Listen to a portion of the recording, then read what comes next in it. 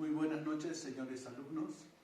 Vamos a continuar nuestras clases de fisiología, pero antes de iniciar las clases les quisiera comunicar que la universidad ha decidido que desde el 15 de este mes vamos a pasar las clases virtuales, pese a que muchos docentes ya nos hemos adelantado a esto, pero las clases van a terminar de este semestre en agosto. O sea, paulatinamente, a fines de este mes vamos a hacer una evaluación cómo va el sistema de sanidad en Sucre, para ver si arrancamos ya con las clases presenciales en julio, pero todavía eso está en suspenso para ver cómo evoluciona esta enfermedad.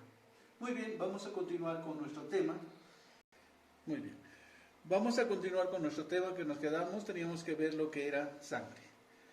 ¿Qué es sangre? Como sabemos, la sangre es un tejido vivo formado por un líquido humoral vital, indispensable para la vida, formada por dos partes. Una parte sólida, que consta de elementos celulares y globulares, como por ejemplo los glóbulos rojos, que también se le llaman eritrocitos o hematíes. Los glóbulos blancos, que también se los conoce como leucocitos, granulocitos o células blancas. Y las plaquetas, trombocitos o megacariocitos. Todos estos conforman la parte sólida de la sangre. La parte líquida es el plasma sanguíneo, donde se encuentran dispersas gran cantidad de sustancias químicas, nutrientes, anticuerpos. Ojo con este término, ¿sí? Anticuerpos. Nosotros sabemos que ahora están utilizando el plasma sanguíneo, ¿no?, para inyectar al paciente que está con esta enfermedad del coronavirus y pueda superar este estado clínico, ¿no? El plasma sanguíneo. Tienen que averiguar esto. Si el grupo sanguíneo influye en las transfusiones de plasma sanguíneo, ¿no? Y cómo actúa el plasma sanguíneo a nivel del coronavirus. También está formado por electrolitos, gases necesarios para la vida celular. También a la sangre se la define como un tejido conectivo fluido, líquido, viscoso, rojo, que fuera de los vasos y tras un corto tiempo se coagula, adquiriendo una consistencia gelatinosa. Esta sangre circula por el organismo a través de los vasos sanguíneos, ¿no? La cantidad en el adulto es más o menos 4.5 litros, pero generalmente representa el 7% del peso corporal. O sea que si una persona pesa 70 kilos, 7 por 7, 49, tendrá 4 litros 900 de sangre. ¿Cuáles son las funciones de la sangre? Tiene varias funciones. Una de ellas es el transporte de oxígeno y dióxido de carbono a través de la hemoglobina, de los glóbulos rojos. Transportan el oxígeno desde las células hasta los pulmones para su eliminación y captar el oxígeno y transportarlo por los glóbulos rojos hasta las células y reponer el oxígeno utilizado. Son 3 los mecanismos de transporte de los gases. Respiración externa consiste en la entrada y salida del aire de los pulmones a través de la inspiración en cada respiración normal.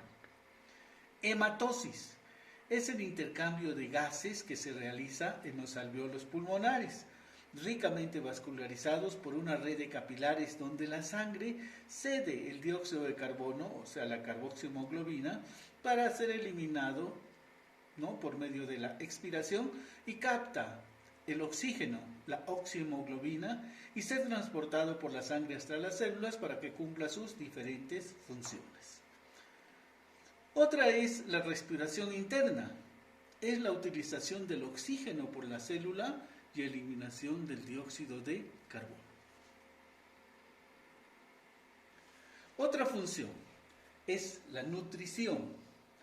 Se da en las paredes del aparato digestivo, a nivel del intestino delgado y grueso. En estas vellosidades que están ricamente vascularizados por una red de millones de capilares sanguíneos, que absorben los nutrientes desoblados en su composición química, por ejemplo, los jugos gástricos. Estos son transportados por la sangre a todas las células del cuerpo. Como ejemplo, ya hemos dicho, ¿no? Comemos un pan, es un carbohidrato, ¿no? ¿En qué se va a transformar este carbohidrato? En glucosa, ¿sí? A nivel de glucosa se va a absorber por las células. Otro es la inmunidad. Ojo, inmunidad.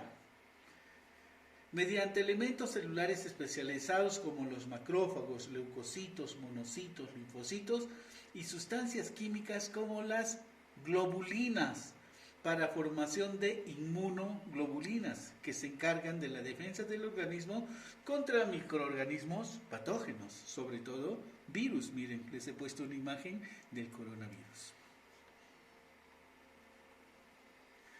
También tiene otra función la sangre, que es la regulación del equilibrio ácido-base. A consecuencia del metabolismo celular se producen radicales bases y ácidos. Lo normal es una relación de 20 bases por un ácido. 20 bicarbonatos, ¿no? Su fórmula química, por un ácido. ¿Cuál es? El ácido carbónico. Cuando en sangre existe alteración en la concentración de ácidos por encima de lo normal, como mecanismo de defensa el organismo, por vía renal elimina el exceso de ácidos retenidos, ¿no? ¿Reteniendo qué? Bicarbonatos. Y por vía pulmonar elimina el dióxido de carbono hasta establecer la normalidad del pH de la sangre. Como sabemos, la sangre tiene un pH neutro. Excreción, que es otra función de la sangre. Los productos del desecho del metabolismo son eliminados al exterior por los órganos emuntorios, como el dióxido de carbono, que puede ser eliminado ¿por dónde? Por los pulmones. El ácido úrico, que es eliminado ¿por dónde? Por la orina, que son tóxicas en las células y en el hombre, que puede causar la muerte. A través del plasma, los desechos son conducidos a los riñones para ser eliminados hacia el exterior. Otra función, regulación del equilibrio hidrosalino. En el ser humano existe un equilibrio entre la ingestión y excreción de agua y electrolitos, ¿no? A esto se llama ¿qué? Homeostasis, regulados por diversos mecanismos, por la hipófisis, los riñones, las glándulas suprarrenales, que mantienen constantemente el volumen sanguíneo. Otra función, la correlación hormonal. El organismo está regulado por dos sistemas. El sistema nervioso central, la porción sensitiva aferente y motora eferente. El sistema endocrino por las glándulas. ¿Qué glándulas? La más grande, la hipófisis, la tiroides, paratiroides, el páncreas. Las glándulas suprarrenales que sintetizan las hormonas que regulan las funciones celulares. Otra función de la sangre, regulación de la presión osmótica, se da en las paredes de los capilares sanguíneos y se define como la fuerza que hace una sustancia para pasar de un compartimiento de mayor concentración a otra de menor concentración a través de la membrana semipermeable, que es la membrana celular. ¿Sí? Muy bien. Otra función de la sangre, regulación de la temperatura. Es un factor más que regula la temperatura, facilitando el intercambio, ¿no?, del calor. Nosotros sabemos que en el organismo tenemos una temperatura entre 36.5 y 37.2. ¿Cuál es nuestro sistema que regula el centro regulador de la temperatura? El hipotálamo. Hay por tres mecanismos esta regulación. La velocidad y fricción de la sangre contra las paredes de los vasos sanguíneos es una de las funciones. Otra, la vasodilatación, aumentando el calibre de los vasos sanguíneos, determinan el aumento del flujo sanguíneo.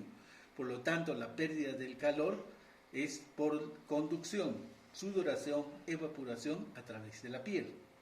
Y la vasoconstricción, disminución del calibre de los vasos, determina la disminución del flujo sanguíneo y retiene el calor, ¿verdad? Otra función, la regulación de la presión arterial. Cuando existe una mayor cantidad de sangre, ¿no? Hemos dicho de 4.5, el 7% del peso corporal, aumentan los valores de la presión arterial y a menor cantidad los valores disminuyen, ¿no? Como por ejemplo cuando hay hemorragias. Vamos a pasar a la composición química de la sangre, ¿no? Y vamos a ver lo primero, el plasma. ¿Qué es el plasma? Es la parte líquida de la sangre. Y hemos dicho, está formada por agua, sustancias químicas, orgánicas, proteínas, lípidos, hidratos de carbono, vitaminas, liposolubles e hidrosolubles. ¿Aquí qué nos falta? ¿Qué nos falta ahí?